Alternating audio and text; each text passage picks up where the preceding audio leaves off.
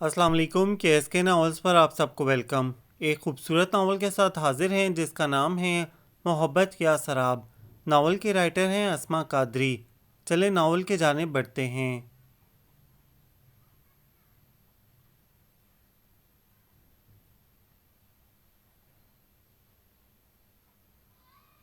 मुझे मोहब्बत हो गई है। सुंदस की जुबान से निकला ये फिक्रा मेरे लिए इतना हैरत अंगेज था कि च्युइंगम से गुब्बारा बनाने की कोशिश में सुकेड़े मेरे होंठ सुकड़े ही रह गए और हाथ में पकड़ी आइसक्रीम पिघल पिघल कर बहने लगी। च्युइंगम और आइसक्रीम एक साथ खाने का ये अमल सुंदस बरसों की दोस्ती में हजार हाथ प्रैक्टिस के बाद भी नहीं सीख पाई थी और हर बार नाकाम होकर पूछती थी, महिरा तुम ऐसा कैसे कर लेती हो? और मैं हर बार इसकी हैरत पर हंस पड़ती थी। लेकिन आज इसके एक छोटे से फिक्रे ने मुझे हैरत का वो ज़ोरदार झटका लगाया था कि मैं अपनी जगह साकित हो गई थी। ओफो, अब मैंने ऐसा भी कुछ नहीं कह दिया कि तुम हैरत से बुत ही बन जाओ। इसने मेरे हाथ से आइसक्रीम लेकर करीबी डस्टबिन में डाला और अपने हाथ में थमा टिश्यू पेपर मुझे थमाया। क्या हुआ भाई? दोनों सहेलियों को ऐसी क्या खास बात याद आ गई कि सब कुछ छोड़ छाड़ यूं बीच रास्ते में जमी खड़ी हो? सुंदस की मम्मी जो मेरी मम्मा के साथ हम दोनों के पीछे पीछे ही आ रही थी, हम दोनों को यूं खड़े देखकर पूछने लगी, कुछ नहीं मम्मी, बस हम थोड़ा थक गए हैं, सोच रहे हैं यहाँ किसी बेंच पर बैठ जाएं। सुंदस ने घबराकर बहाना बनाया और मेरा हाथ थामकर करीबी बेंच तक ले गई। हफ्ते में एक आध दिन हम लोग अपने घर के करीब वाक़या इस पार्क में ज़रूर आते थे। मेरी मामा और सुंदस की मम्मी में भी अच्छी खासी अंडरस्टैंडिंग थी, इसलिए कभी कभार वो भी हमारे साथ ही होती थी। तुम क्या कह रही थी सुंदस? टिश्यू पेपर से हाथ साफ करते मैंने सुंदस से पूछा। यही कि मुझे मोहब्बत हो गई है। सुंदस ने अपनी बात इत्मीनान से दोहराई। मगर किससे? सुंदस से पूछते मैं खुद अपनी याददाश्त पर भी जोर दे रही थी कि सुंदस के कजन्स की लिस्ट में कोई ऐसा चेहरा सामने आ जाए जिसके लिए सुंदस का इतना बड़ा दावा फिट बैठ सके। जमान शाह से।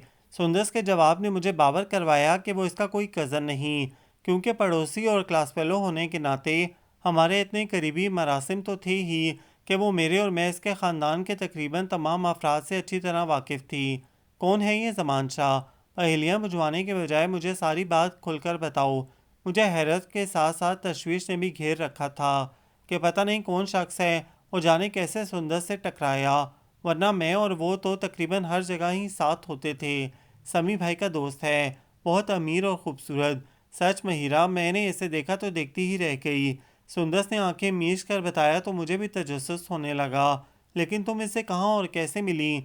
तुम सुनोगी तो हैरान रह जाओगी। हमारी पहली मुलाकात इतनी फिल्मी सी है कि इसे याद करके हम दोनों अब भी हंस पड़ते हैं। सुंदस की बात ने मुझे एहसास दिलाया कि वह जमान शाह से मुसलसल राब्ते में हैं। अभी बस महीना भर पहले की बात है। इतवार का दिन था कि बेल बजी। अनीला ने देखा तो पता चला समी भाई के दोस्त जमान शाह हैं। भाई इस वक्त नहा रहे थे। उन्होंने कहा कि इनके दोस्त को ड्राइंग रूम में बिठा दिया जाए। अनीला ड्राइंग रूम का दरवाज़ा खोलने अंदर गई। वो साहब इंतज़ार में सीढ़ियों के पास खड़े थे। इसी वक्त मैं किसी काम से नीचे की तरफ आने लगी। जल्दी में थी, पाँव फिसला और मैं सीधी इनकी बाहों में। बस समझो बड़े अलूही लम्हे थे। हम दोनों ही के दिल को कुछ हुआ। ड्राइंग रूम का दरवाज़ा खुलने के आवाज़ पर वो मुझे छोड़कर अंदर चले गए, लेकिन समझो मेरा दिल भी साथ ही ले गए। मैं 2 दिन बड़ी बेकरार रही। रात रात भर नींद ही नहीं आती थी। बस हर पल जमान शाह का चेहरा नज़रों के सामने रहता था। मगर 2 दिन बाद इनका फ़ोन आया तो जाना कि वो भी मेरी तरह बेकल हैं। बस जब से हम दोनों रोज़ाना रात को जब सब सो जाते हैं तो फ़ोन पर बात करते हैं। सुंदस की बातें मेरी हैरत में इजाफा कर रही थीं। महीना भर से वो किसी के इश्क में मुब्तला थी। इससे छुप छुप कर बातें करती थी और मुझे इसने हवा ही नहीं लगने दी थी।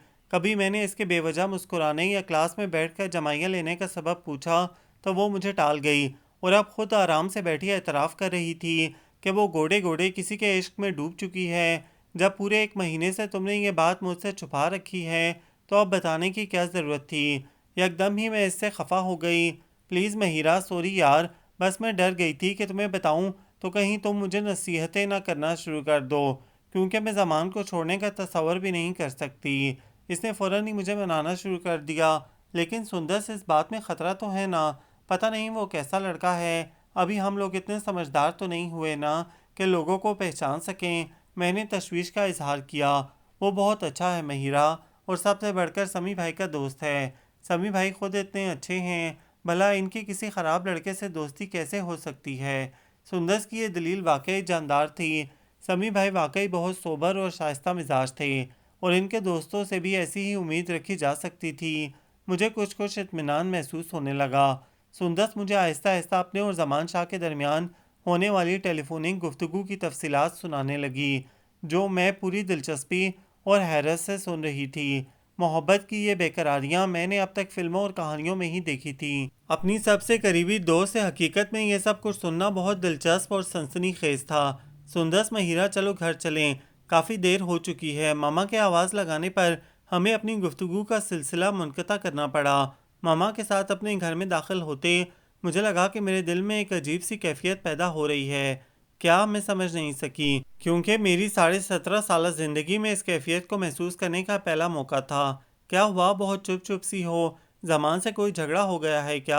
फ्री पीरियड में जैसे ही मौका मिला मैंने सुंदर से पूछा। सुबह से मैं सुंदर की सूजी हुई आंखें और उतरा उतरा सा चेहरा देख रही थी, लेकिन वैन में और क्लास में दूसरी लड़कियों की मौजूदगी के सबब कुछ भी पूछने से गुरेज किया।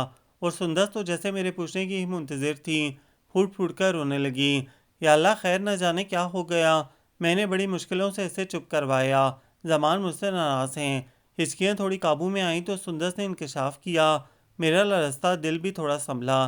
तजुर्बा नहीं था, लेकिन इस बात से तो मैं भी वाकिफ़ थी कि मोहब्बत में रूठने और मनाने के मराहल आते ही रहते हैं। वो नाराज़ हैं तो तुम मना लो, मैंने मशवरा दिया। वो मुझसे बात ही नहीं कर रहे तो मनाऊँ कैसे? परसों नाराज़ होकर फ़ोन बंद किया था और कल इनका फ़ोन आया ही नहीं।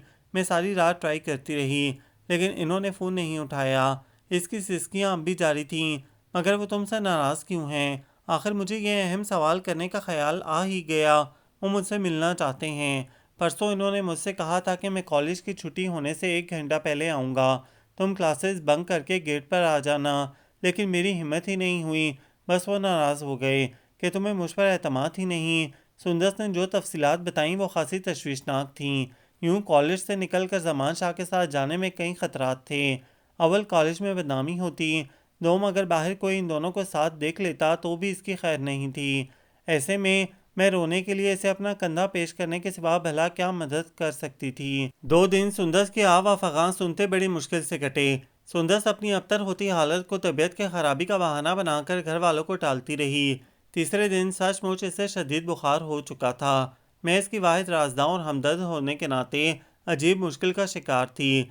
कभी इसे तसल्लियाँ देती कि जमान शाह की नाराज़गी जल्द ख़त्म हो जाएगी, कभी इसके आंसू पोंछती और जो कुछ नहीं बन पड़ता तो खुद भी इसके साथ मिलकर आंसू बहाने लगती।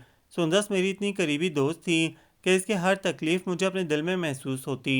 इसी दोस्ती के नाते मैंने बिला आखिर खुद जमान शाह से बात करने का फ़ैसला किया और सुंदस से इसका फ़ोन नंबर लेकर अपने घर चली आई। सुंदस की कॉल तो वो CLI पर नंबर देखकर रिसीव ही नहीं करता था। वो, हेलो जी, अस्सलाम वालेकुम, मुझे जमान शाह से बात करनी है। मामा और पापा के सोने के बाद मैं लाउंज से फ़ोन उठाकर अपने कमरे में ले आई थी और अपने से 5 साल छोटी माहिरा के जाग जाने के ख़तरे के पेश नज़र धीमी आवाज़ में बात कर रही थी। जी, मैं जमान शाह ही बात कर रहा हूँ, आप कौन? दूसरी तरफ से सुनाई देने वाला ठहरा ठहरा गंभीर लहजा वाकई दिल को छू लेने की सलाहियत रखता था। मैंने बेसाख्ता सुंदस की दीवानगी को हक़ बेजानब करार दिया। मैं सुंदस की बेस्ट फ्रेंड महिरा बात कर रही हूँ। गला साफ करते मैंने अपना तारुफ करवाया। जी महिरा साहिबा, कैसी हैं आपकी वो संगदिल दोस्त? हमें मोहब्बत की राह पर लगाकर अब साथ निभाने से इनकारी को इनकी याद में तड़प तड़प कर जान दे दे, वो अपने असूलों से नहीं हटेंगी। इसकी आवाज़ में गुस्सा और दुख दोनों ही थे। मुझको एकदम ही इससे हमदर्दी होने लगी। जैसा आप सोच रहे हैं वैसी बात नहीं जमान साहब, लेकिन लड़कियों के लिए मसला होता है। इस तरह घर वालों से छुप कर कहीं आना जाना।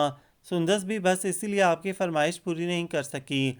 मगर देखें, आप भी तो जवाब में मेरी दोस्त पर कितना जुल्म कर रहे हैं। अपनी आवाज़ तक को तरसा दिया है आपने बेचारी को। रो रो कर इसने अपना हशर ख़राब कर लिया है। कल से बुखार में मुब्तला है, लेकिन यकीन जाने अब भी टेलीफोन के इर्द गिर्द ही मंडला रही होगी। मैं अपनी दोस्त की भरपूर वकालत कर रही थी। सॉरी महिरा, मुझे अंदाज़ा नहीं था कि सुंदस इतना असर लेगी, लेकिन यकीन करें मैं भी बहुत हर्ट हुआ हूँ इसके इनकार से। चले, जो हो गया सो हो गया, लेकिन अब आप इसे फ़ोन करें। आपस में बात करेंगे तो ही सारे गिले शिकवे दूर होंगे। मैं बड़ी मुदब्बर बनी इसे समझा रही थी। जी ज़रूर, अब तो रहा भी नहीं जाएगा मुझसे, लेकिन एक वादा करना होगा आपको। इसकी खूबसूरत आवाज़ मेरे कानों में गूंजी। वो क्या? जैसे आप अपनी दोस्त की वकालत कर रही हैं, ऐसे ही इसके सामने मेरे लिए भी सिफारिश करनी होगी। सुंदर से एक छोटी सी मुलाकात करवा दें, सारी उम्र आपको दुआएं दूंगा। इसकी फरमाइश पर मैं तजब्जब का शिकार हो गई। प्लीज़ महिरा, बिला आखिर इसका मुल्तजी लहजा इसकी बेकरारी ने मुझे इससे वादा करने पर मजबूर कर ही दिया। रिसीवर क्रेडल पर रखकर मैं टेलीफोन स्टैंड खामोशी से लाउंज में रख आई, लेकिन बिस्तर पर काफ़ी देर तक करवटें बदलने के बाद भी नींद मेरी आंखों से कोसों दूर थी। बार बार जमान शाह की खूबसूरत आवाज़, ठहरा हुआ लहजा कानों में गूंजने लगता और मैं सोचती कि वो इस वक्त सुंदर से क्या बातें कर रहा होगा। रात के इस पहर जब सब लोग सुकून से सो रहे हैं, दो प्यार करने वाले आपस में क्या राज़ो-न्याज़ कर रहे होंगे। मैं अपने बिस्तर पर लेटे लेटे जमान शाह की सरगोशियों और सुंदर के दहकते गालों की सुर्खी को महसूस कर सकती थी। मुझ पर इस रोज़ पार्क में तारी होने वाली कैफियत एक बार फिर छाने लगी। इस रोज़ मैं अपनी कैफियत को समझ नहीं पाई थी, लेकिन अब जैसे ये कोई अदराक का लम्हा था, एक ख्वाहिश ने मेरे दिल में चुटकी ली थी। कोई हो जो सुंदर की तरह मुझे भी चाहे। चाहे जाने का एहसास कितना खूबसूरत होता है, मैं सुंदर की आंखों में उतरते खुमार से बखूबी जान सकती थी। क्या कोई कहीं होगा जो जमान शाह की तरह मेरे लिए अपनी रातों की नींदें कुर्बान कर सकता हो। मैं कुछ बेचैन सी होकर उठकर आईने के सामने आ खड़ी हुई और ट्यूबलाइट ऑन कर दी। सुंदर जैसा होश रबा हुसन ना सही, लेकिन मैं कोई ऐसी गई गुजरी भी ना थी।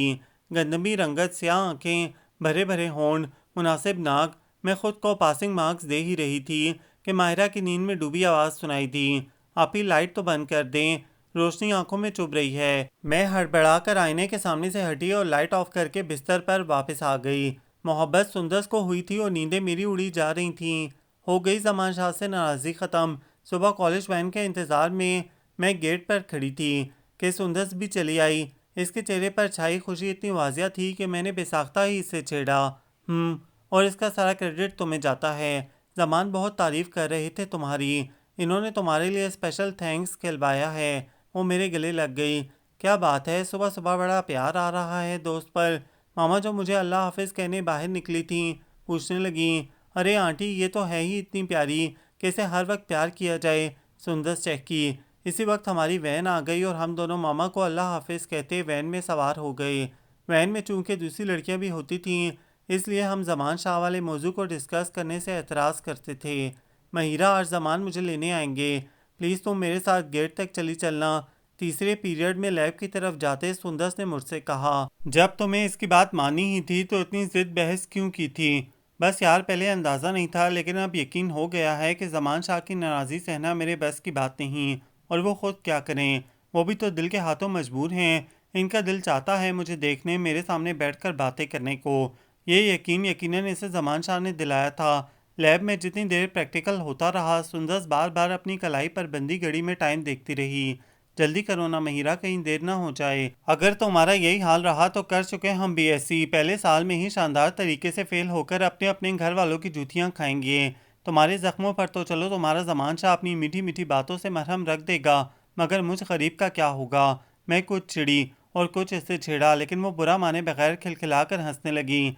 चलो मरो, इसने तो किसी चीज़ को हाथ ही ना लगाया था, इसलिए इत्मीनान से खड़ी थी। मैं जाकर साबुन से हाथ धोकर आई और इसे बाहर निकलने का इशारा किया। प्रैक्टिकल के औकात में यह आसानी थी कि जो स्टूडेंट जब अपने काम से फारिग हो जाए अपनी मर्जी से लैब छोड़कर जा सकता था।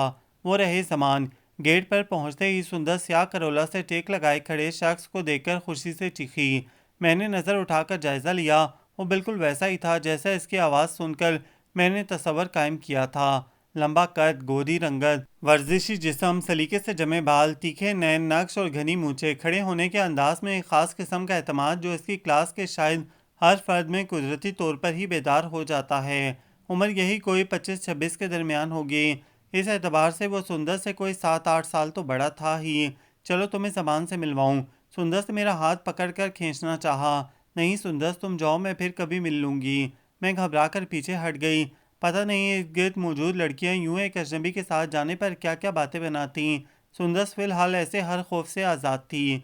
शायद मोहब्बत ऐसे ही इंसान को बहादुर बना देती है। मैं जमान शाह के करीब खड़ी नाजुक सी सुंदर को देखकर सोच रही थी। पहले जब सुंदर ने बताया था कि जमान शाह उम्र में समी भाई से बड़ा है, क्योंकि वो एमबीए करने के बाद एक साल का गैप देकर इकनॉमिक्स में एमए कर रहा है, तो मैं इसके और सुंदर के दरमियान मौजूद उम्रों के फ़र्क पर कुछ उलझी थी। लेकिन जमान शाह से बात करने और अब देखने के बाद ये फ़र्क अच्छा लग रहा था। नाजुक सी सुंदस और मजबूत और मेच्योर से ज़मान शाह का कपल बड़ा आइडियल, बड़ा प्यारा महसूस हो रहा था। ज़मान शाह ने फ्रंट डोर खोलकर पहले सुंदस को गाड़ी में बिठाया और फिर खुद घूमकर ड्राइविंग सीट वाली तरफ पहुंचा। डोर खोलकर गाड़ी में बैठने से पहले इसने मेरी तरफ देखते अपना बायां बाजू हिलाया। मैं जवाबन थोड़ा सा मुस्कुराकर गेट के अंदर हो गई। सुंदस किसके साथ गई है? वो तो तुम्हारे साथ वैन में जाती है ना? हमारी क्लास फेलो नरगिस मतीन ने आगे बढ़ती करोला की तरफ देखते मायनी खेजी से पूछा। सुंदस को आज घर जल्दी पहुंचना था, इसलिए इसकी अम्मी ने इसके कज़न को लेने भेज दिया। मैं क्लासेस ख़त्म होने के बाद वैन से जाऊंगी। ना चाहते हुए भी मैंने नरमी से नरगिस को जवाब दिया, वरना वो बात का बतंगड़ बनाकर हर तरफ फैला देती। आप ही प्लीज़ मुझे ये प्रॉब्लम सॉल्व करवा देना। माहिरा की इल्तिजा से बेनियाज मैंने जल्दी जल्दी बालों में ब्रश किया और दुपट्टा शानों पर डालकर सुंदस की तरफ जाने के लिए पर तोलने लगी। जमान शाह और इसकी मुलाकात की रोदात सुनने को दिल मचला जा रहा था। महिरा, कुछ ख्याल है छोटी बहन का? वो तुमसे कुछ कह रही है और तुम होके कानों में रुई ठूसे अपनी करने में लगी हो। मामा की आवाज़ ने मेरे बाहर की तरफ बढ़ते कदमों को रोका। मेरा कल टेस्ट है मामा, मुझे सुंदस के साथ मिलकर तैयारी करना है। मैं किसी तौर भी रुकने को तैयार नहीं थी। 5 मिनट में तुम्हारा कोई अजीम नुकसान नहीं हो जाएगा। पूरी दोपहर सोकर गुजारी, तब टेस्ट का ख्याल नहीं आया। अब छोटी बहन को 5 मिनट भी देते दम निकल रहा है। मामा के गुस्से पर चारों नाचार मुझे वापस पलटना ही पड़ा। माहिरा को प्रॉब्लम सॉल्व करवाते मेरा खून बुरी तरह खोल रहा था। मैं देख रही हूँ तुम दिन ब दिन बहुत लापरवाह होती जा रही हो। बस कल से चाहे आंधी आए या तूफान, तुम्हें रात की रोटियां पाबंदी से बनानी होंगी। मामा ने एक और नादिर शाही हुक्म सुनाया। क्या हुआ, गुस्से में लग रही हो? मैं माहिरा को निपटा कर सुंदस के पास पहुंची तो इसने मेरे चेहरे की सुर्खी से मेरे मिजाज का अंदाज़ा लगाया। मैं तो पहले ही जली बैठी थी। मामा के जाबिराना हुक्म को बड़ी दिलसोजी से सुनाया। उफ, एक तो हमारी क्लास में लड़कियों के साथ ये बड़ा मसला है। अम्माओं का बस नहीं चलता किसी होटल का शेफ बनने जितनी ट्रेनिंग दे दें। कल मम्मी भी मुझे ज़बरदस्ती किचन में ले गई थी कि सवैयों का मीठा बनाना सीख लो। घी गर्म करते हुए उछल कर हाथ पर आ गया। आज जमान ने हाथ देखा तो साफ कह दिया कि तुम्हें इन बखेड़ों में पड़ने की ज़रूरत नहीं। मेरे घर चार चार खानसामा हैं, 6-6 घंटे की ड्यूटी करते हैं, ऑल टाइम सर्विस के लिए चाको चौबंद होते हैं। तुम्हें सिर्फ ज़ुबान से हुक्म देना होगा। दुनिया की हर डिश इन टाइम तैयार मिलेगी। फिर तुम्हें क्या ज़रूरत है कि तुम अपनी खूबसूरत स्किन को बर्बाद करो। वहाँ अपने चाहे जाने का, वो भी करोड़ों के मालिक शख्स की तरफ से।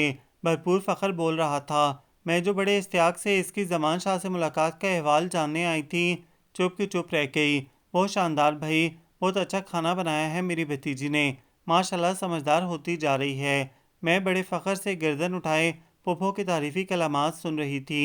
ये खाना जिसकी तारीफ़ में पुप्पो रद्दुल सान थी, मैंने मामा की बेअतनाई पर कुलस्ते बड़ी मजबूरी के आलम में बनाया था।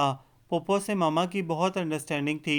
पुप्पो आई तो मामा ने रोटी के साथ साथ सालन पकाने की जिम्मेदारी भी मेरे सर थोपी और ख़ुद इनके साथ सर जोड़े बातों में मसरूफ़ हो गई।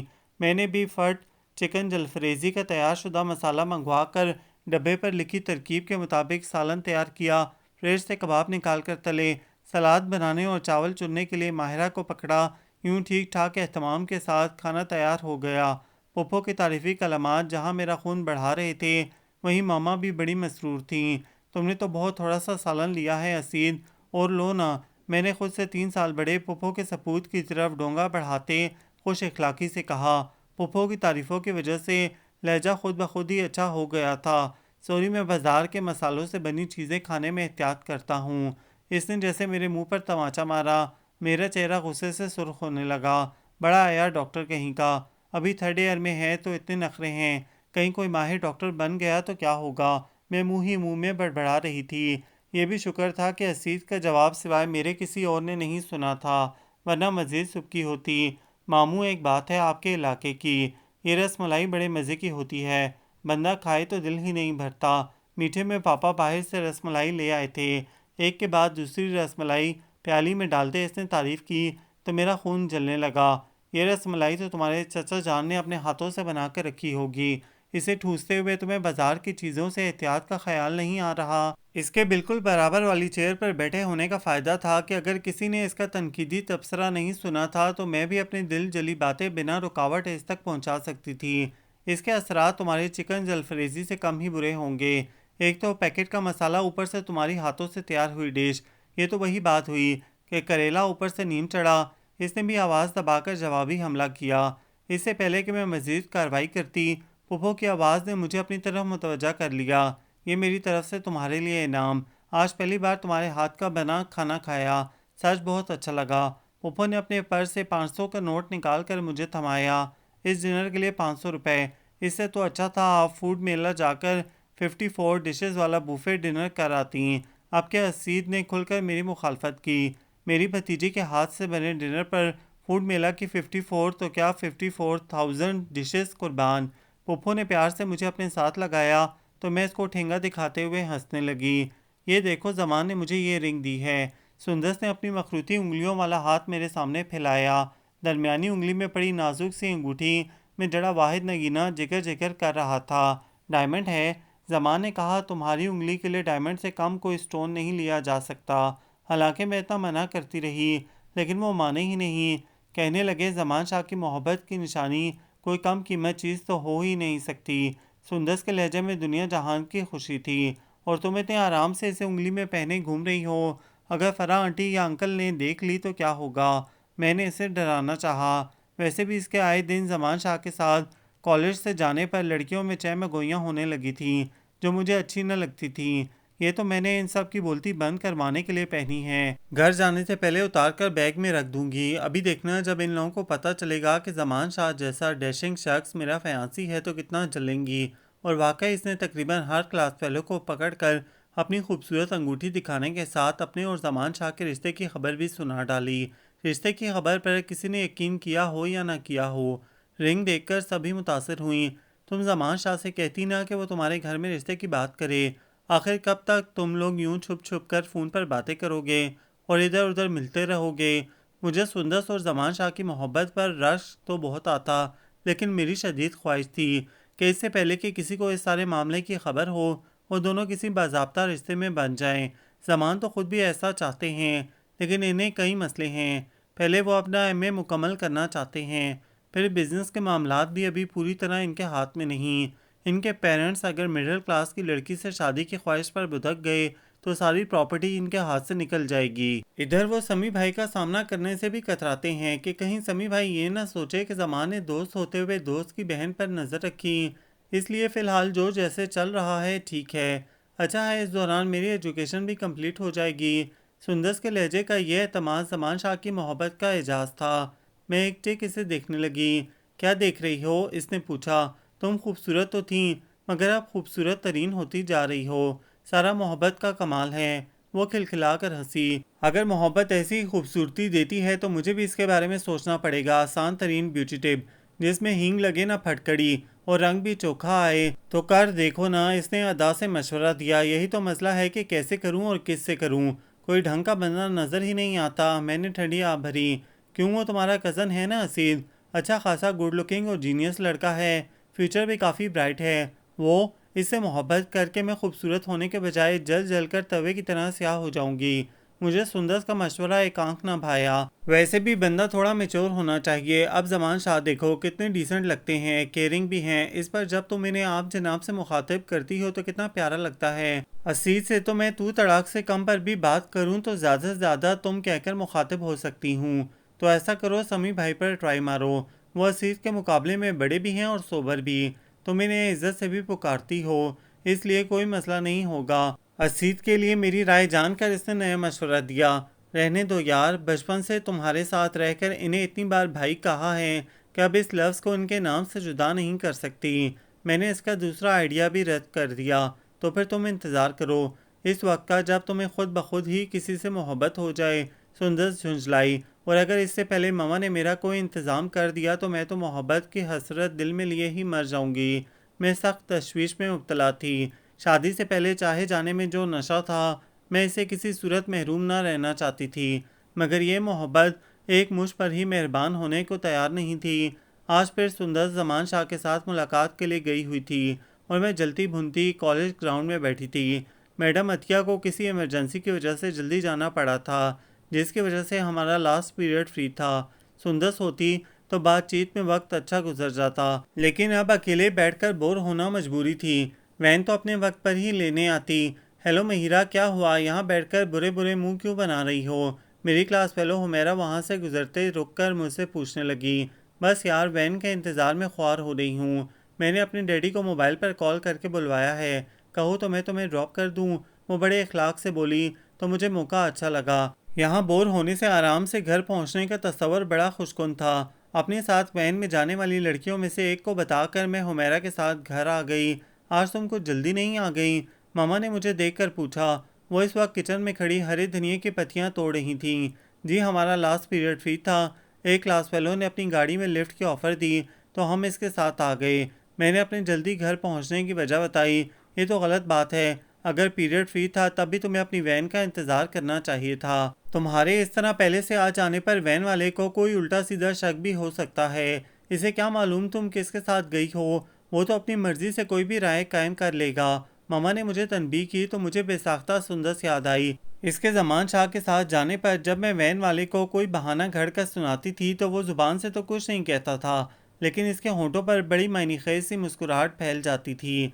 अच्छा, अब जाओ कपड़े चेंज करके आओ, मुझे तुमसे काम है। मामा ने मुझे खामोश खड़े देखकर नरमी से कहा। शायद वो मेरी खामोशी को अपनी डांट का नतीजा समझ रही थी। ये कोफ्ते सुंदस के घर दे आओ। फरा को मेरे हाथ के कोफ्ते बहुत पसंद हैं। मैं कपड़े तब्दील करके आई तो देखा मामा डिश निकाले इस पर हरा धनिया छिड़क रही हैं। छोड़े ना मामा, शाम में भिजवा दीजिएगा। अभी तो मुझे बहुत भूख लग रही है। पहले हम लोग खाना खा लेते हैं। मैंने इन्हें टालना चाहा, क्योंकि मुझे बर वक्त ये ख्याल आ गया था कि सुंदस जो जमान शाह के साथ गई हुई है अभी तक घर नहीं पहुंची होगी। जमान शाह इसे वैन की टाइमिंग के हिसाब से ड्रॉप करता था। ऐसे में अगर मैं सुंदस के घर पहुंच जाती तो मसला हो जाता। कैसी बातें कर रही हो महिरा? खुद खाने के बाद क्या शाम में बचा कुचा बासी सालन इन्हें भिजवाऊंगी मैं? अगर तुम्हें ज़्यादा भूख लग रही है तो ठीक है, तुम खाना खाओ, मैं खुद ही चली जाती हूँ सुंदस के घर। मामा ने मेरी बात पर नापसंदीदगी का इजहार किया, लेकिन मेरी जान तो इनके सुंदस के घर जाने के जिक्र पर ही आधी हो गई थी। अगर वो वहाँ जाती और इसके घर वालों को इल्म हो जाता कि मैं घर पहुँच चुकी हूँ तो वो लाजमन सुंदस के ना पहुँचने का सबब जानने की कोशिश करते, और ऐसे में सुंदस तो फंसती ही खुद मेरी भी शामत आ जाती। अच्छा, नाराज मत हो, लाइन दे मुझे ये डिश, मैं चली जाती हूँ सुंदस के घर। मैंने फ़ौरन ही आगे बढ़कर इनके हाथ से डिश ले ली। अपने घर से सुंदस के घर तक का चंद कदम का फासला मैंने बड़ी सुस्त रवि से तय किया था। मेरा जहन जल्द से जल्द कोई अच्छा सा बहाना तलाश करने में मसरूफ था। अरे महिरा आपी, आप कॉलेज से कब आई? सुंदस बाजी तो अभी घर नहीं पहुंची। गेट अनिला ने खोला था और मुझे सामने देखकर हैरान रह गई थी। मुझे डेंटिस्ट के पास जाना था, दाढ़ में दर्द था, इसलिए मैं जल्दी छुट्टी लेकर आ गई।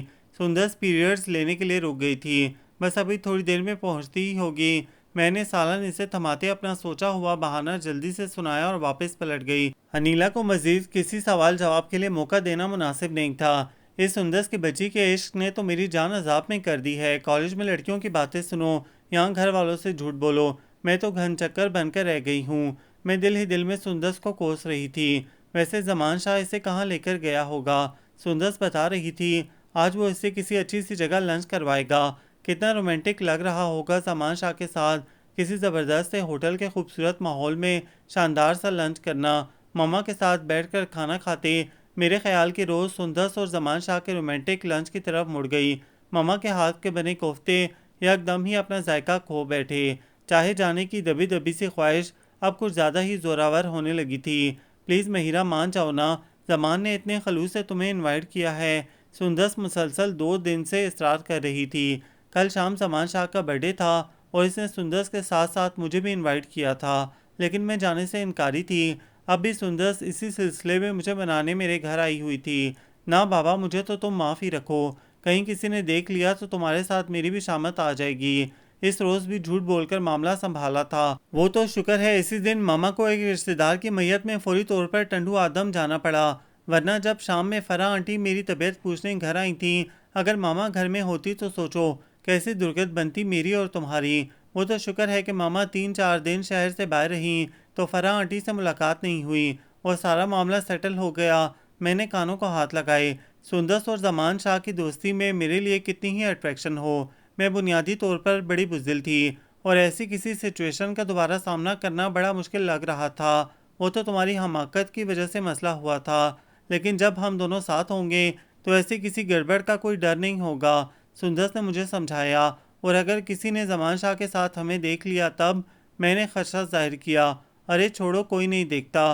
वो जिन जगहों पर लेकर मुझे जाते हैं वहाँ तुम्हारे और मेरे घर के अफराद का आना जाना महीनों में ही कभी कभार होता है। अब मैं भी तो इतने दिनों से जा रही हूँ, कभी किसी ने नहीं देखा। सुंदस के तजुर्बात ने इसे काफ़ी बेखौफ कर दिया था। वैसे इसकी दलील बिल्कुल ठीक थी। हम जैसे मिडिल क्लास लोग कहाँ रोज़ रोज़ इतने ऊंचे होटलों में जाते थे। लेकिन यार ये भी तो सोचो, तुम दोनों के दरमियान मैं तो बस कबाब में हड्डी ही लगूंगी। खाक अच्छा नहीं लगेगा तुम दोनों को मेरा वजूद। मैं वाकई इस तरह वहाँ जाते झिझक रही थी। कोई हड्डी वड्डी नहीं लगोगी तुम। हम तुम्हें इतने प्यार से इनवाइट कर रहे हैं और तुम हो के फजूल के वहम पाल रही हो। दोस्त दोस्त की खातिर क्या नहीं करते, और तुम हो के मेरी एक ज़रा सी फरमाइश पूरी करने को तैयार नहीं। कितनी इंसल्ट होगी मेरी जमान शाह के सामने जब वो देखेंगे कि तुमने मेरी खातिर भी इनकी दावत को कबूल नहीं किया। तुम मेरी इतनी करीबी दोस्त हो, तुम्हें तो सारी ज़िंदगी हमसे ताल्लुक़ रखना है। अच्छा है ज़मान और तुम्हारी भी दोस्ती हो जाए ताकि इन्हें कभी तुम्हारा वजूद न खटके। सुंदस के जज्बाती वार। बिला आखिर मुझे हार मानना ही पड़ी। गिफ्ट क्या दे रही हो तुम जमान शाह को? अब जब जाने का तय हो गया था तो आगे के मामलात भी सोचने थे। अभी तक तो कुछ लिया ही नहीं। तुम्हारे साथ जाकर ही खरीदूंगी। ऐसा करो, आंटी से पार्क जाने का कहकर आ जाओ। मैं भी अपनी मम्मी से कहकर आती हूँ। सुंदस ने फौरन ही प्लान बनाया और अपनी मम्मी को बताने अपने घर चली गई। मैंने भी अलमारी खोलकर अपनी बचत में से 500 रुपए निकाले। खाली हाथ किसी की बर्थडे में जाना तो अच्छा नहीं लगता, और जमान शाह जैसे लैंडलॉर्ड के लिए थोड़ा बहुत ढंग का गिफ्ट लेने के लिए इतने पैसे तो कम से कम चाहिए ही थे।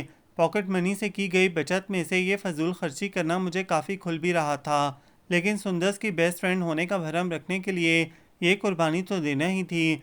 थोड़ी ही देर में हम दोनों पार्क से आगे बने बड़े से गिफ्ट सेंटर में पहुंचे हुए थे। सुंदस ने बड़ी छानबीन के बाद काफ़ी महंगे खूबसूरत से कफ लिंक्स मुंतखब किए। मेरा इरादा परफ्यूम लेने का था। मुख्तलिफ खुशबुओं को चेक करने के बाद मैं और सुंदस जिस परफ्यूम पर मुतफिक हुए, इसकी कीमत सुनकर मेरा मुंह लटक गया। परफ्यूम 580 का था, जबकि मेरे पास सिर्फ 500 रुपए थे। कोई मसला है? सुंदस ने मेरे चेहरे के तासुरात से अंदाज़ा लगाया। मेरे और इसके दरमियान तकल्लुफ़ात कम ही हायल होते थे, इसलिए मैंने खुलकर अपनी मजबूरी बता दी। कोई बात नहीं, बाकी पैसे मैं दे दूंगी। सुंदस ने फराख दिली से कहा और शॉपकीपर से दोनों चीज़ें पैक करवा लीं। वापसी में सुंदस ने एक शॉप से मुझे मेरी पसंदीदा आइसक्रीम और चिंगम भी दिलाई। क्या बात है, आज बड़ी हातिम ताई बनी हुई हो। इतने पैसे कहाँ से आए? मैंने कुछ मशकूक होकर पूछा। साल भर की सेविंग है। फिर समी भाई जिंदाबाद, कुछ न कुछ देते ही रहते हैं। कल भी 500 रुपए दिए थे कि अपने लिए कोई सूट ले आओ। मैंने सोचा 250 वाले में से ले लूँगी। भाई कौन सा कीमत पूछेंगे, वो फ़ख्र से बताने लगी। समी भाई की मोहब्बत पर इसे हमेशा से ही बहुत फ़ख्र था। बड़ी शादीशुदा नीलम बाजी और छोटी अनीला को छोड़कर समी भाई ने हमेशा इसे अवलियत दी थी। शायद इसकी एक वजह सुंदस का अपना रवैया भी था। वो दोनों बहनों से कहीं ज़्यादा बढ़कर इनका ख्याल रखती थी। समी भाई के कपड़े इस्त्री करना, इनके कमरे की सफाई करना, वक्त पे वक्त चाय की फरमाइश पूरी करना, सुंदस इनका हर काम बिना मुंह बनाए करती थी। ऐसे में वो इसे अहमियत देते थे तो कुछ अजीब भी नहीं था। हालांकि वो खुद अभी स्टूडेंट थे और अपने अखराजात पूरे करने के लिए 2-3 जगह ट्यूशन्स पढ़ाते थे, लेकिन सुंदस पर ऐसी मेहरबानियाँ अक्सर करते रहते थे। तो मेरा गिफ्ट भी अपने साथ ले जाना। घर में तो वो अनिला थानेदारनी पूछ गुछ शुरू कर देगी कि क्या लिया और किसके लिए लिया। घर के नज़दीक पहुंचने पर सुंदस ने अपने गिफ्ट का पैकेट भी मुझे थमाया, लेकिन किसी ने मुझसे पूछा तो क्या कहूँगी। मैं हस्बे आदत घबरा गई। कह देना कि एक क्लास फेलो को इसकी बर्थडे पर देने के लिए लिया है। सुंदस ने तरकीब बताई जो घर में कदम रखते ही मामा के किए हुए सवाल का जवाब देने में फ़ौरन काम भी आ गई। तुम लोग भी फजूल के चौंसलों में पड़ी रहती हो। मामा ने सुनकर तबसरा किया, लेकिन आगे से कुछ ज़्यादा पूछ गुछ नहीं की। अगले रोज़ आखिर के 3 पीरियड छोड़कर हम दोनों कॉलेज के गेट पर आ गए। जमान शाह हस्बे प्रोग्राम गाड़ी लिए मौजूद था। थैंक यू महिरा, अगर आप ना आती तो मुझे अफसोस होता। गाड़ी में मेरे बैठते ही इसने मेरा शुक्रिया अदा किया। आना ही पड़ा, आपने इतने खलूस से जो बुलाया था। मैं इखलाकन मुस्कुराई। जमान शाह हमें काफ़ी शानदार से रेस्टोरेंट में ले गया था। वहाँ का पुरफुसू माहौल और फिर जमान शाह की दिलचस्प बातें। मेरे दिल में अगर कोई खौफ था भी तो अनछू हो गया। रियली यार Sundas, you are very lucky. जब जमान शाह ने हमें घर के करीब ड्रॉप किया तो मैंने गाड़ी से उतरते ही सुंदस से पहला जुमला यही कहा। सुंदस के होठों पर जवाबन मधुर सी मुस्कुराहट चली आई। इतनी मुतासर कुन शख्सियत की तरफ से मोहब्बत का एहसास कोई मामूली बात तो नहीं थी। महिरा, तुम्हारी फूफो का फ़ोन है, बात कर लो। मैं रात के खाने के बाद अपनी पढ़ाई में जुटी थी कि मामा ने आकर इतला दी। आप पप्पो से कह देती ना कि मैं पढ़ रही हूँ, मैंने बेजारी से कहा। कल जो 3 पीरियड्स मिस किए थे मैं इनके नोट्स एक क्लास फेलो से लेकर आई थी और इस वक्त वही देख रही थी। कुछ अरसे से मेरी पढ़ाई का बहुत हर्ज होने लगा था। पहले तो मैं और सुंदस मिलकर पढ़ लेते थे, लेकिन अब हमारी मुलाकातों में जमान शाह को डिस्कस करने के सिवा कोई बात ही नहीं होती थी। मैं तो फिर भी रात को पाबंदी से पढ़कर कुछ तलाफी कर लिया करती थी, लेकिन सुंदस अल्लाह जाने क्या करती थी। कॉलेज में पीरियड्स मिस करने, रात गए तक जमान शाह से फ़ोन पर बात करने और नींद पूरी ना होने के सबब थके थके से जहन के साथ सुबह कॉलेज आने के नताइज कुछ अच्छे निकलने की उम्मीद तो नहीं की जा सकती थी। बुरी बात है महिरा, तुम्हारी फूफो इतने प्यार से तुम्हें याद कर रही हैं और तुम 5 मिनट की बात करने के लिए भी बहानेबाजी कर रही हो। मामा ने फ़ौरन ही मुझे टोका तो मैं चारों नाचार फ़ोन सुनने चली गई। अस्सलाम वालेकुम फूफो, क्या हाल हैं? वालेकुम सलाम मेरी जान, मैं बिल्कुल ठीक हूँ। लेकिन तुम बताओ, तुम्हारी आवाज़ क्यों बुझी बुझी सी लग रही है? पहली पहली भतीजी होने की वजह से फूफो मुझसे कुछ ज़्यादा ही प्यार करती थी। अब भी मेरी बेजार सी आवाज़ से ना जाने क्या समझी जो बड़ी फिक्रमंदी से पूछने लगी। कुछ नहीं फूफो, बस थोड़ी सी थकन हो रही थी। आप बताएं क्या कर रही थी? मुझे इनके अंदाज पर अपनी बेजारी को सोचते शर्मिंदगी हुई। मुझे क्या करना है बेटा, रात के खाने के बाद फरागत ही फरागत। असीद अपनी पढ़ाई और दोस्तों में मसरूफ़, तुम्हारे पप्पा किताबों में गुम। मैं अकेली बैठी बोर होती रहती हूँ। ऐसे वक्त में बेटी की कमी का एहसास होता है। कम से कम कोई बात करने वाला तो हो इंसान से। पप्पो ने अपना दुखड़ा रोया। तो मैं हूं ना आपकी बेटी। आपका जब दिल चाहे बात करने का मुझसे फ़ोन पर बात कर लिया करें। मैं जो अभी थोड़ी देर पहले बेजार थी, बड़ी लगावट से कह रही थी। असल में तो मुझे खुद भी पप्पो से बहुत प्यार था, लेकिन बस आजकल जहन कुछ उलझा उलझा सा था, इसलिए रवैया भी कभी अजीबोगरीब हो जाता था। जीती रहो बेटा, इस बात में तो खैर कोई शक ही नहीं कि तुम मेरी बेटी हो। पोपो फ़ौरन ही निहाल होकर बोली। अम्मी किससे बात कर रही हैं? मुझे पीछे से हसीब की हल्की सी आवाज़ सुनाई दी। महिरा से। पोपो ने इसे इतला दी। अच्छा आप बात कर लें तो मेरी भी बात करवाइएगा। हसीब की आवाज़ सुनाई दी तो मुझे हैरत हुई। हम दोनों के आपस के ताल्लुकात इतने अच्छे नहीं थे कि वो मुझसे बात करता। महिरा बेटा, ये हसीब तुमसे कुछ बात करना चाह रहा है। पुप्पो ने मुझसे कहते फ़ौरन ही रिसीवर रसीद को थमा दिया। हाँ भाई, क्या हाल चाल हैं? पढ़ाई कैसी जा रही है? वो बड़े दोस्ताना अंदाज में पूछ रहा था। ठीक ठाक, लेकिन ये अचानक तुम्हें क्यों फ़िक्र होने लगी? मैं सचमुच बड़ी हैरान थी। अम्मी ज़रा मेरे लिए एक कप चाय तो बना दें। इसने मुझे जवाब देने के बजाय पुप्पो को मुखातिब करते हुए कहा। कल तुम इस चाइनीज़ रेस्टोरेंट में क्या कर रही थी? थोड़े से तोक़ुफ़ के बाद इसने जो बात कही, इसे सुनकर मेरे पैरों तले से ज़मीन निकल गई। तुम्हें कैसे पता? बेसाख्ता ही मेरे मुंह से सवाल निकला। मैं अपने दोस्तों के साथ वहां गया था, लेकिन अहमियत इस बात की नहीं कि मुझे कैसे पता चला, अहमियत इस बात की है कि तुम वहां कैसे गईं। वो बहुत संजीदा था। मेरा दिल चाहा कह दूं, तुम कौन होते हो इन्वेस्टिगेशन करने वाले, लेकिन डर था कि ज़्यादा अकड़ने की सूरत में वो मम्मा पापा से भी शिकायत लगा सकता है। सो शराफत से बात करने में ही आफियत समझी। वो सुंदस के कज़न कल हमें कॉलेज से पिक करने आए थे, तो वही वापसी में हमें वहाँ लंच के लिए ले गए। कोई ना कोई बहाना तो बनाना ही था। वो रेस्टोरेंट तुम्हारे कॉलेज से घर के रूट पर तो नहीं पड़ता। खैर पड़ता तब भी इन्हें तुम लोगों को इस तरह कॉलेज यूनिफॉर्म में किसी रेस्टोरेंट में नहीं ले जाना चाहिए था। लोग शक करते हैं। अच्छे खासे मैच्योर लग रहे थे वो साहब। इन्हें इस बात की अक्ल नहीं। और तुम क्यों चल पड़ी सुंदस के कज़न के साथ? जाने से पहले मामू मामी से इजाज़त ली थी क्या? वो बड़ा बुजुर्ग बना मुझे झाड़ पे ला रहा था। गलती मेरी थी इसलिए जब्त कर गई। अच्छा बाबा, आइंदा नहीं जाऊंगी। अब बस करो और प्लीज़ इस बात को यहीं ख़त्म कर देना। ये ना हो कि आकर मामा पापा से शिकायत लगाने बैठ जाओ। मैंने अपनी गलती कबूल करते तनबीह भी की। अगर मैं इतना ही चुगलखोर होता तो कल ही फ़ोन करके मामी को बता देता। अब भी किसी को पता न चले, इसलिए बहाने से अम्मी को चाय बनाने भेजा है। इसने तपे हुए अंदाज में कहकर खट से फ़ोन बंद कर दिया। मुझे इसके मूड की तो खैर कोई परवाह नहीं थी।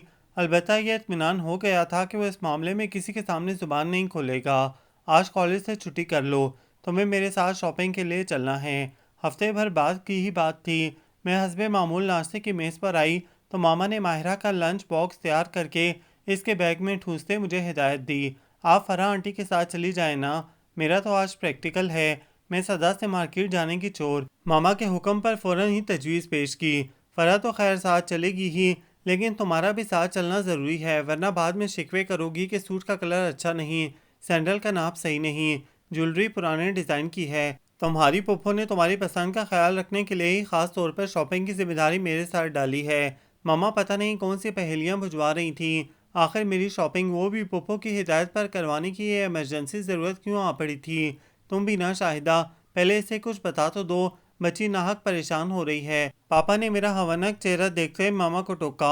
हाँ तो बताने ही जा रही हूँ, आप और माहिरा जाएं तो इत्मीनान से बात करती हूँ। मामा ने चाय का कप बनाकर पापा के आगे रखा, जबकि मेरे अंदर अजीब खुदबुद शुरू हो गई थी। आखिर ऐसी क्या अहम बात थी जो मामा ने सिर्फ मुझसे करना थी? निवाले मेरे हलक में फंसने लगे।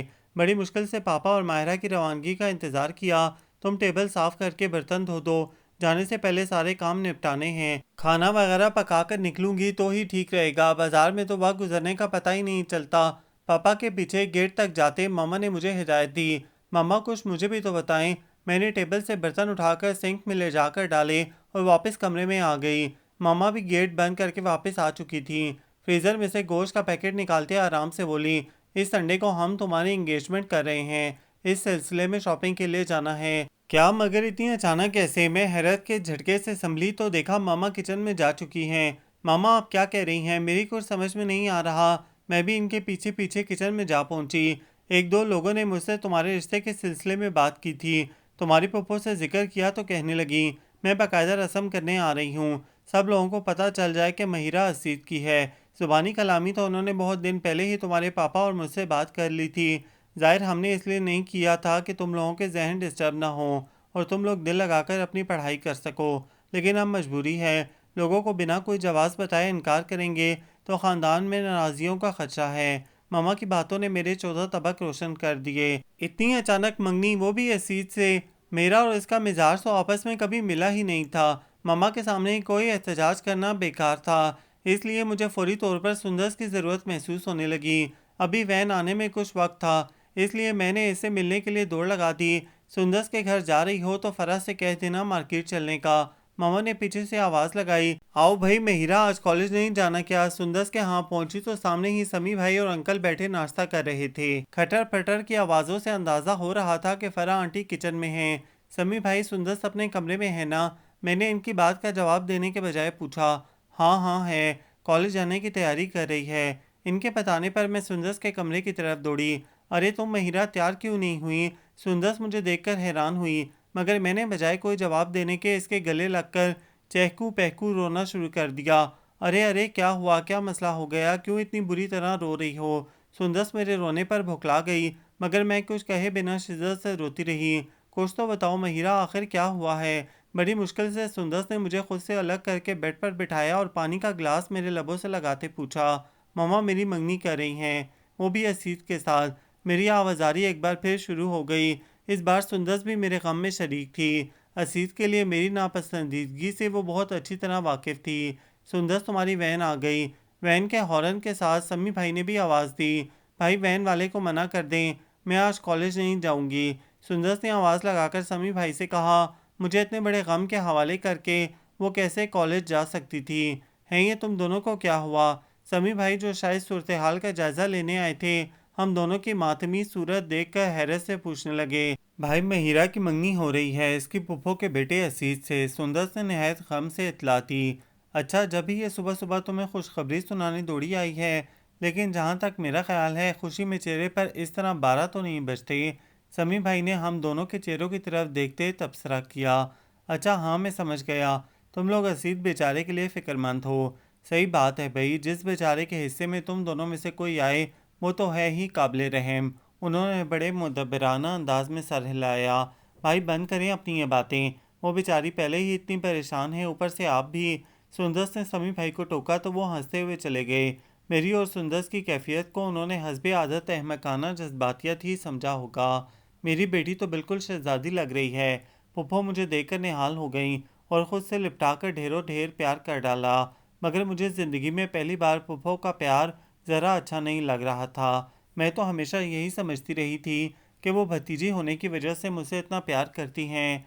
इनकी नीयत का हाल तो मुझसे पोशीदा ही था। ये इनकी साजिश का ही तो नतीजा था कि मैं कतान सिल्क के भारी कामदार शरारे पर मैचिंग ज्वेलरी, ढेरों ढेर चूड़ियों और गजरों के साथ सबकी मरकज़ निगाह बनी बैठी थी। मेरी सबसे छोटी खाला ब्यूटिशन थी। जिन्होंने आज मेरे चेहरे पर अपनी महारत के पूरे पूरे जौहर दिखाए थे। मेरे लिए खुद अपने आप को पहचानना मुश्किल हो रहा था। सब लोगों के बकौल मैं बहुत खूबसूरत लग रही थी, लेकिन मुझे तो रह रह कर गुस्सा आ रहा था। तरह तरह के एतराज़ात दिल में उभर रहे थे। जितना भारी ड्रेस और ज्वेलरी मामा ने मुझे दिलाई थी, ज़िंदगी में कभी इसका आधा भी पहनने की इजाज़त नहीं दी थी। और मेकअप का तो कोई सवाल ही नहीं था। लिपस्टिक और नेल पॉलिश के वो सारे खूबसूरत शेड्स मेरे सामने घूम रहे थे, जिनको मैं बहुत ख्वाहिश के बावजूद मामा के सादगी अपनाऊं जैसे आमराना हुक्म के बायस नहीं खरीद सकी थी।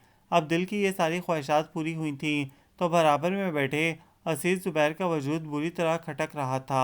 तुम्हारे क्या पेट में दर्द हो रहा है? हसीद ने मेरी तरफ झुकते सरगोशी की। तुमसे किस अहमक ने कहा? मैंने शदीद गुस्सा आने के बावजूद सिर्फ दांत कचकचाने पर इक्तफा करते धीमे लहजे में पूछा, कहना किसने है? तुम शक्लें ही ऐसी बना रही हो कि साफ पता चल रहा है। इसने इत्मीनान से जवाब दिया, तुम अपनी डॉक्टरी अपने पास रखो। अगर मुझे कोई तकलीफ हुई भी तो तुम जैसे नीम हकीम से रब्ता नहीं करूंगी। मैंने ज़रा सा इसकी तरफ रुख मोड़ते इसे घूरने की कोशिश की। ये फाउल है। दुल्हा दुल्हन चुपके चुपके बातें कर रहे हैं। यह एकदम ही मेरी कज़न्स में से किसी ने शोर मचाया। तो क्या तुमने हमें बेशरम समझ रखा है जो बुजुर्गों की मौजूदगी में बुलंद आवाज़ से बातें करें? उफ, अजीत का जवाब। सब ने इस बात को अपनी तरफ से मायने पहनाते वो हाउ हू मचाई कि मेरे लिए सर उठाना मुश्किल हो गया। चलो भाई, मेरी बेटी को तंग मत करो।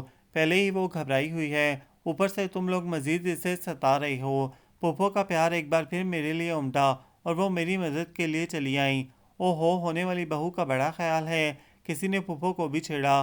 बहू क्यों, बेटी है मेरी। पुप्पो ने एक बार फिर मुझे गले लगाया।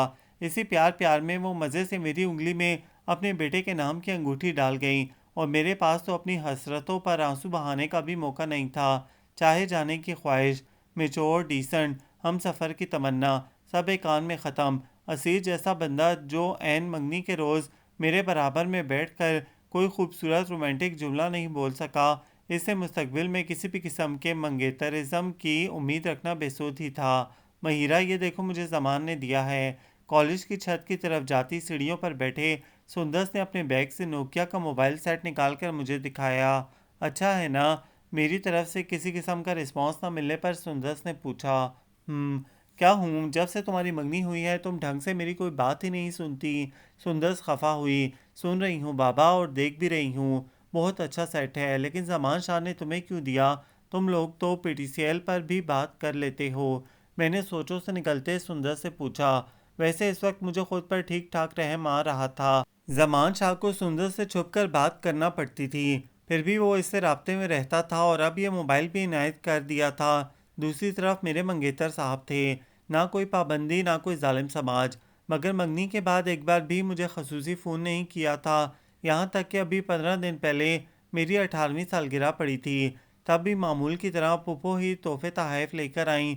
वो साहब तो मज़े से एक केक और दूसरे लवाजमात से इंसाफ करके बग़ैर डिकार लिए जिस तरह अपनी वालदा का पल्लू पकड़ कर आए थे, वैसे ही वापस भी लौट गए।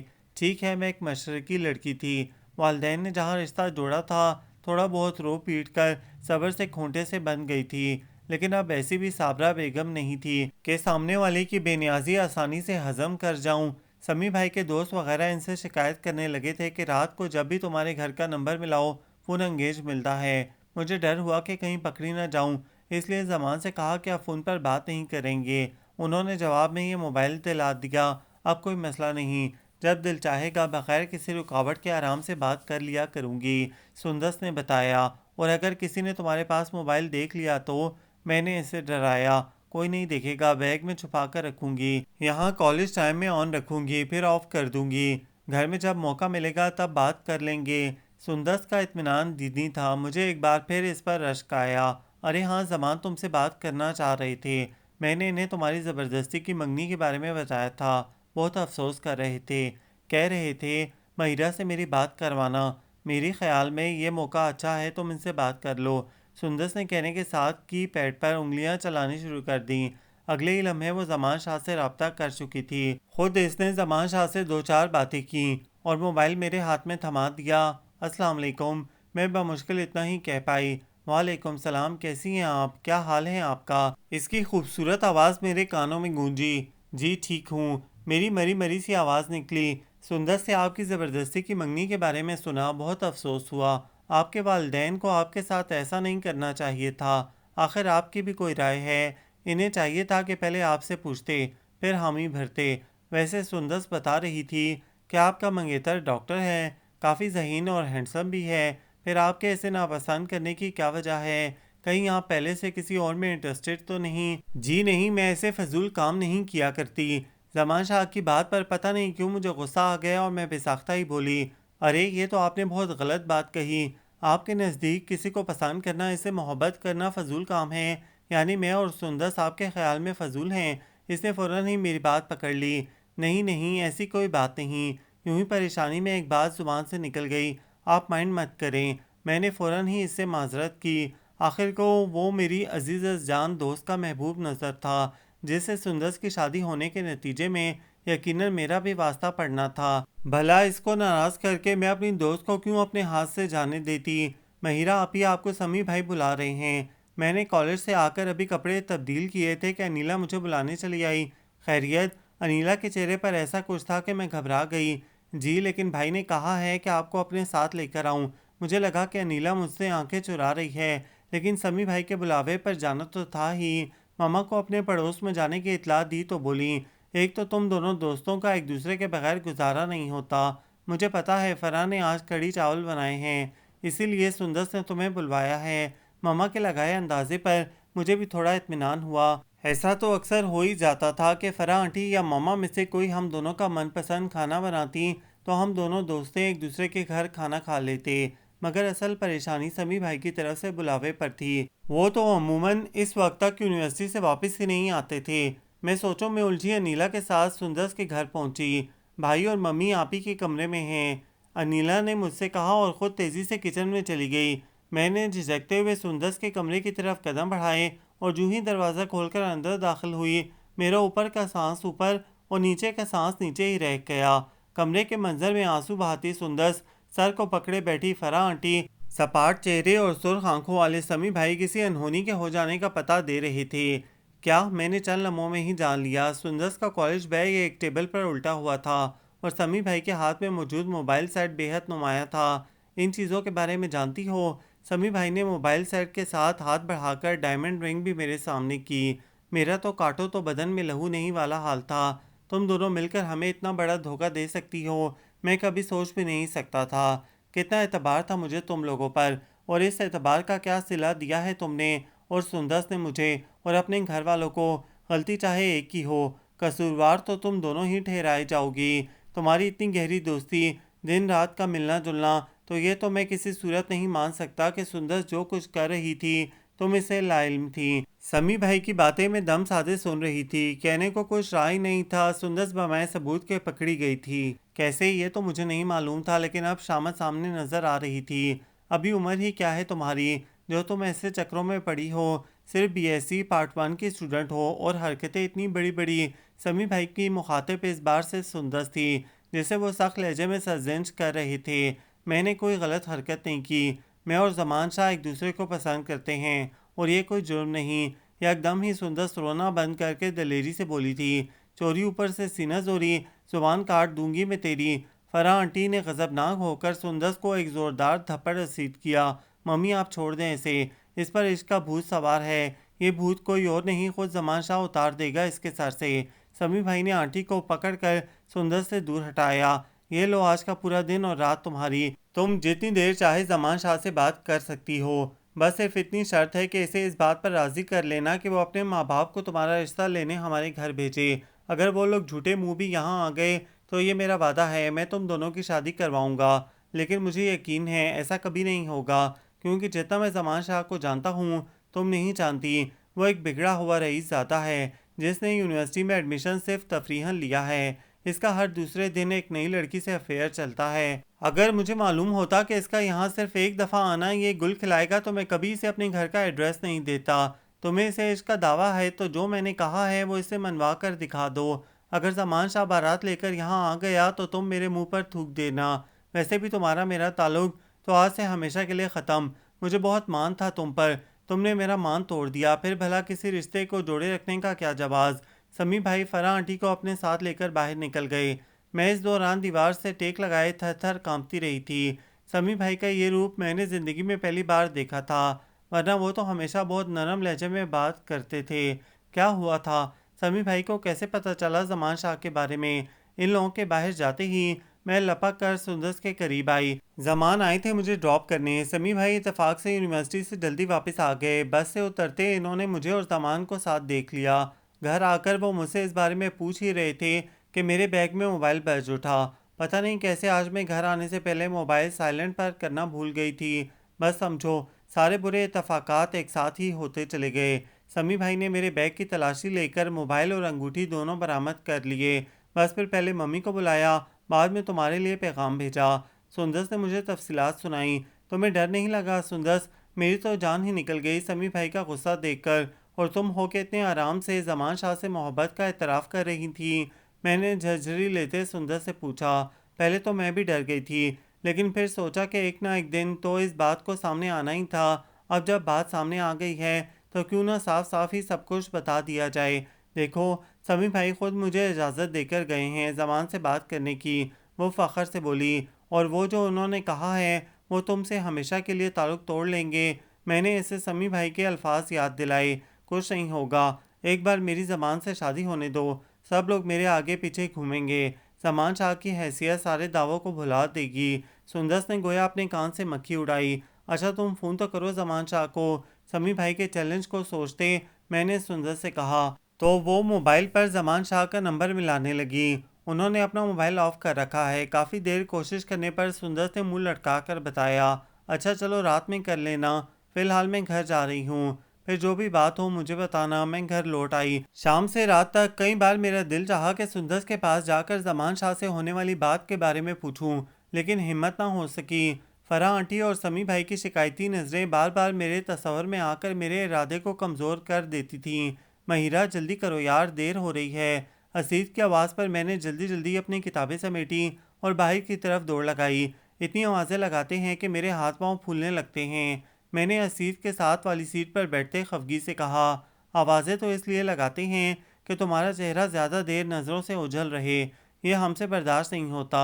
गाड़ी आगे बढ़ाते असीस ने मेरे चेहरे पर एक मोहब्बत भरी निगाह डाली। रहने दें, सब कहने की बातें हैं। असल जल्दी तो इस बात की है कि जल्द अज जल्द यूनिवर्सिटी पहुँचें ताकि मेमो का दीदार कर सकें।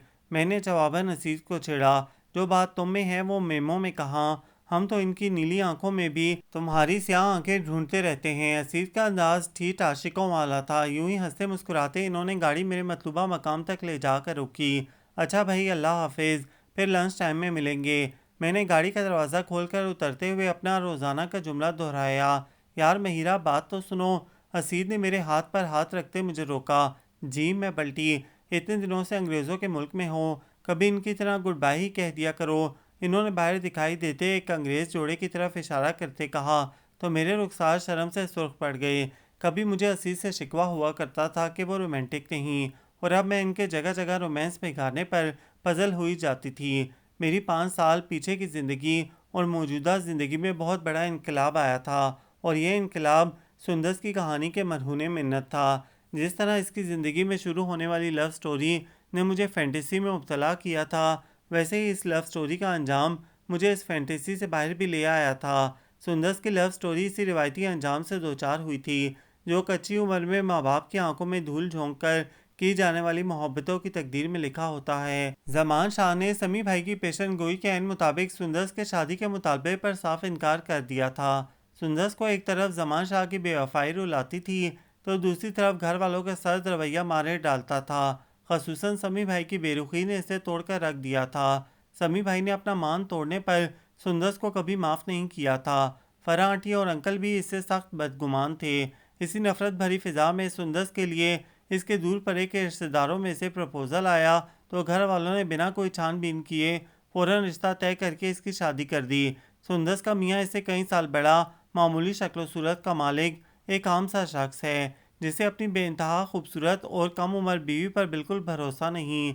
वो इस बात पर हैरान होता है कि सुंदस के घर वालों ने इतनी हसीन लड़की के लिए इसका रिश्ता कैसे कबूल कर लिया, और यह हैरानी से शक में मुब्तला रखती है। सुंदस की ज़िंदगी के इस रुख से सिर्फ मैं वाकिफ़ हूँ। अपने घर वालों से इसने कभी कोई शिकवा नहीं किया। वो इनकी तरफ से दी गई सज़ा को बहुत खामोशी से सह रही है। दूसरी तरफ मैं तो यूं भी पढ़ने लिखने की शुरू ही से शौकीन थी, लेकिन सुंदस पर गुजरे हादसे ने मुझे फिर पल भर को भी भटकने नहीं दिया। अपनी तालीम में मगन ना तो मुझे असीस की बेनियाजी ने कभी सताया, ना उल्टी सीधी ख्वाहिशात ने मेरा रास्ता खोटा करने की कोशिश की। इस इन्हमाक और दिलचस्पी से पढ़ने का नतीजा था कि मैंने एमएससी में टॉप किया और मुझे स्कॉलरशिप मिल गई। असीस का एमबीबीएस भी इस दौरान मुकम्मल हो गया था। तो हमारे बड़ों ने फैसला किया कि यही वो मुनासिब वक्त है कि अब हम दोनों को एक कर दिया जाए। शादी के फ़ौरन बाद मैं और रसीद इंग्लैंड आ गए, जहां मैंने एमफिल में एडमिशन ले लिया और रसीद स्पेशलाइजेशन कर रहे हैं। ज़िंदगी में मुझे इतना कुछ मिला है जिसका मैंने कभी तसव्वुर भी नहीं किया था। मुझ जैसी मिडिल क्लास लड़की इस मकाम पर कैसे पहुंची? जब इस बात को सोचूं तो एक ही वजह समझ में आती है। मेरे कदमों में किसी के टूटे मान की किरचियाँ नहीं, मेरे दामन पर किसी नाफरमानी का दाग नहीं। मैंने दूसरों के तजुर्बों से खुद को संभालने का गुर सीखा, और सबसे बढ़कर ये कि मेरे बुजुर्गों की दुआएं हर कदम पर मेरे साथ रहीं।